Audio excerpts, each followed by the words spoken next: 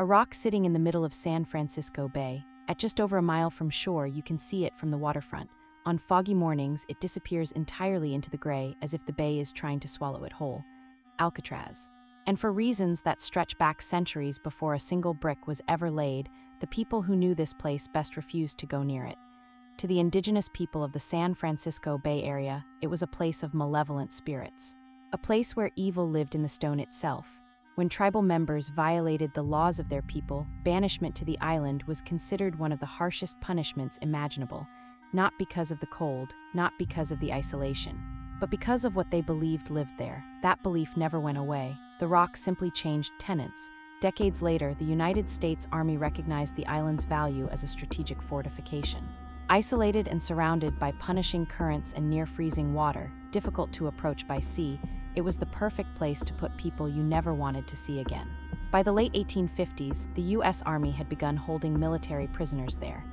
Confederate sympathizers, citizens accused of treason, and later, members of Native American tribes who resisted federal authority were confined on that rock. In 1895, 19 Hopi men from the Arizona Territory were sent to the prison following land disagreements with the federal government. These were not violent criminals. They were men being punished for refusing to surrender their way of life. Some of them died there. The main prison building was constructed between 1910 and 1912, built largely by inmate labor. When completed, it was the largest reinforced concrete structure in the world. The men who built it became its first prisoners. At Alcatraz, a prisoner had 4 rights: food, clothing, shelter, and medical care. Everything else was a privilege that had to be earned. Cells measured approximately 10 feet by 4.5 feet. No more than 250 prisoners ever occupied the island at one time. The bay waters surrounding the island hovered between 50 and 54 degrees Fahrenheit year-round. The currents were treacherous. The distance to shore was just over a mile. The prison operators considered it escape-proof. They were almost right. The men who came through these gates were not ordinary criminals. Among its most famous inmates were Al Capone, George Machine Gun Kelly, Robert Stroud the Birdman of Alcatraz, James Whitey Bulger, and Mickey Cohen. Al Capone arrived in 1934. Initially trying to use his wealth to gain special treatment, Capone quickly learned that this place operated differently. The guards were immune to intimidation. The system was designed to grind down anyone who tried to work around it. Capone famously practiced the banjo in the shower block. He played in the prison band to keep his mind occupied. He was terrified of his fellow inmates. He spent much of his time in the prison hospital, suffering from syphilis that was consuming his mind. The most feared gangster in American history left Alcatraz a broken man. Decades after Capone's death, visitors to the shower area began reporting something strange. Eerie accounts of soft, ghostly banjo music drifting through the shower room continue to surface. Some visitors have stopped dead in their tracks upon hearing the unmistakable plucking of banjo strings, though no physical instrument exists anywhere in that space. Paranormal investigators recording audio there have captured what sounds like distant, old-fashioned music playing in an otherwise silent room. No one has ever explained it. Robert Stroud arrived on Alcatraz in 1942. History knows him as the Birdman of Alcatraz, a name that came from his years at Leavenworth, where he had studied canaries and written 2 books on bird diseases. He never had any birds at Alcatraz. The gentle, scholarly image created by Hollywood bore no resemblance to the real man. Stroud killed a guard, tangled with other inmates, and spent 42 of his 54 years in prison in solitary confinement. He entered the prison system at age 19 and never truly left it. The block where Stroud was housed is called D Block. It was reserved for the most dangerous and the most broken. That block carries a weight that visitors describe as immediate and physical. The moment you step inside, something changes. The air feels different, heavier. D Block was known as the treatment unit and comprised 42 cells. 5 of those cells were called the Hole, where prisoners could spend up to 19 days in complete solitary confinement. All meals were eaten alone in their cells. The silence was total except for the sound of the bay. At the far end of that block sits cell 14D. It has become the most documented paranormal location in the entire prison. The cell was lined with solid steel and had no sink or toilet, just a hole in the floor. Prisoners stripped of their clothing were left in complete darkness for days at a time as punishment. Staff and visitors consistently report that cell 14D is roughly 20 degrees colder than the rest of the cell block, even when the surrounding area is significantly warmer. That temperature differential has been noted by park rangers, researchers, and tourists for decades. No structural or mechanical explanation has ever accounted for it. One inmate, Ruth McCain, was confined in 14D for over 3 years following an escape attempt. Shortly after his release from solitary, he stabbed another inmate to death and was acquitted on the grounds that the cell had done irreparable damage to his mind. A court of law effectively ruled that what happened inside that cell broke a human being beyond any possibility of recovery. In the 1940s, a prisoner was placed in cell 14D as punishment for a disciplinary violation. That night, the man began screaming. Guards rushing to the cell heard him shrieking that a creature with glowing eyes was in the darkness with him. The following morning, the guards found him strangled on the floor. No other inmate had access to the cell. No explanation was ever formally recorded. The death was filed away and the cell was put back into use. The hauntings of Alcatraz did not wait for the prison to close. They began while the prison was still operational. In the 1940s, during a holiday party at Warden James Johnston's residence on the island, guests reported seeing a man dressed in 1800s clothing standing among them. After a few moments, the figure vanished. The fire in the fireplace went cold at the same instant. Warden Johnston was not a man prone to fantasy. He was a strict, methodical administrator who had built the prison's reputation on rigid control. Yet Johnston personally documented that while giving a tour of the facility, he and his group heard the sound of a woman sobbing from somewhere deep within the prison walls. As they moved to find the source, a wave of freezing air swept through the corridor and the sobbing stopped instantly. There were never any women incarcerated at Alcatraz. Guards on night patrol reported hearing phantom sounds, cannons, gunshots, screams so real and so close that seasoned corrections officers hit the ground convinced that prisoners had broken out and obtained weapons. After taking cover, they would find nothing. No prisoner out of place, no evidence of anything. Another experience repeated across multiple guard accounts involved the smell of smoke pouring from a deserted laundry room. When guards investigated, the black smoke was dense enough to drive them back. Minutes later, they would return to find the room completely clear. No fire, no source, no explanation. Near the laundry utility corridor, multiple guards across different decades reported the overwhelming feeling of being watched. Not a vague discomfort, a focused, directed sensation. The feeling of eyes on the back of the neck, of something standing just outside the reach of the light. The utility corridor became infamous for another reason entirely on the night of May 2, 1946.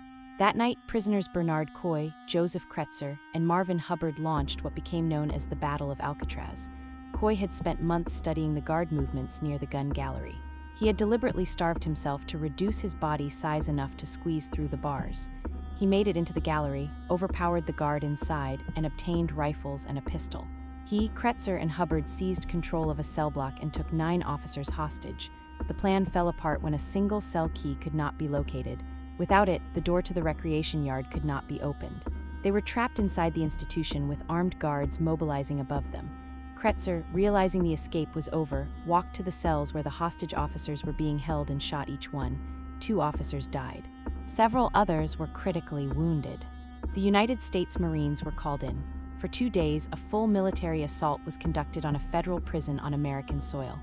When it was over, Coy, Kretzer, and Hubbard were found dead in the utility corridor, killed by grenades and gunfire. That utility corridor where the 3 men died has never felt right to anyone who has walked it since. Rangers who work the island today describe it as one of the most unsettling spaces in the building.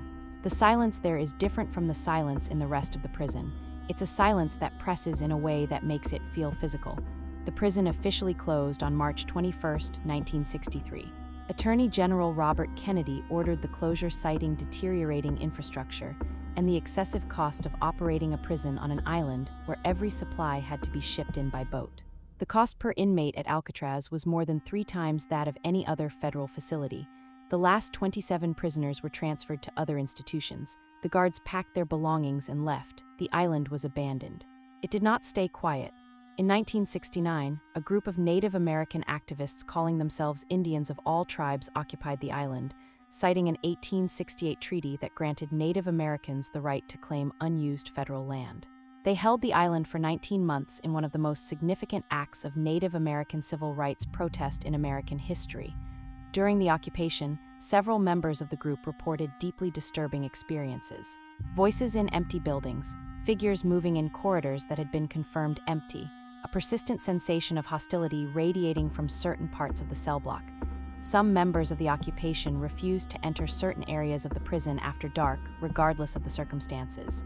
The occupation ended in 1971. The paranormal reports did not stop. Park rangers began keeping informal records of what visitors and staff were experiencing. The accounts were consistent across people who had no prior contact with each other, arriving on different days, in different weather, with no shared information about the island's history. Cell 14D continued to draw the most attention. Multiple rangers posted their overnight reported hearing their names spoken aloud in empty rooms, not whispered, spoken clearly at conversational volume. When they turned to find the source, no one was there. The hospital ward on the upper level generated its own consistent body of reports.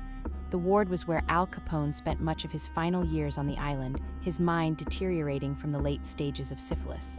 Visitors in that ward describe sudden, overwhelming feelings of sadness, so acute they have to leave the room. Several visitors have reported seeing a figure in the corner of the ward that disappears when approached. One ranger, a 20-year veteran of the island, refused to enter the hospital ward alone after a nighttime patrol, during which he heard breathing directly behind him in a room he had just confirmed was empty. The morgue, located in the basement level, has produced the most visceral reactions from visitors. It is rarely included on public tour for precisely that reason. People who have accessed it describe a smell with no identifiable source, a pervasive feeling of being observed, and in several documented cases, a physical sensation of hands on their arms or shoulders. Paranormal investigators have conducted formal investigations on Alcatraz since the 1990s. Electronic voice phenomenon recordings captured in D-Block have included what analysts describe as screaming, weeping, and in one recording made in the early 2000s, a voice that clearly says the words, "Get out." The recording was reviewed by audio engineers who confirmed that the sound was not present in the room at the time of recording and appeared to originate from no identifiable external source. In 2012, a team of paranormal researchers spent 3 consecutive nights in the facility with thermal imaging equipment. The thermal cameras recorded heat signatures in the shapes of human figures moving through the cell blocks after all personnel had vacated the building. The signatures were not consistent with residual heat from equipment or building materials. One camera positioned at the end of D-Block captured a signature that stood motionless in front of cell 14D for 11 minutes before disappearing. There is no universal explanation for what is happening on that island. Scientists point to infrasound frequencies generated by the movement of the bay water beneath the building, which can produce feelings of unease, dread, and even hallucinations in some individuals. Structural engineers note that the building's age and construction produce sounds that can be misinterpreted as voices. Psychologists point to the power of suggestion and the documented influence of a location's known history on the perceptual experience of visitors.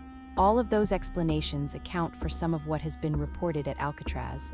None of them account for all of it. They do not account for the thermal signatures that move independently. They do not account for the consistent 20-degree temperature differential in cell 14D that no engineer has been able to explain. They do not account for multiple unconnected witnesses in different decades reporting the same specific experiences in the same specific locations. They do not account for the guard who was found strangled in a locked cell with no other human being anywhere near it. The island sits out there in the bay right now, tonight. The fog is probably rolling in off the Pacific the way it does most nights, thick enough to make the lights on the shore disappear from the water's edge. The rock sits like it has for centuries. The bay is cold. The corridors are dark. The prison is closed, but the cells may not be empty.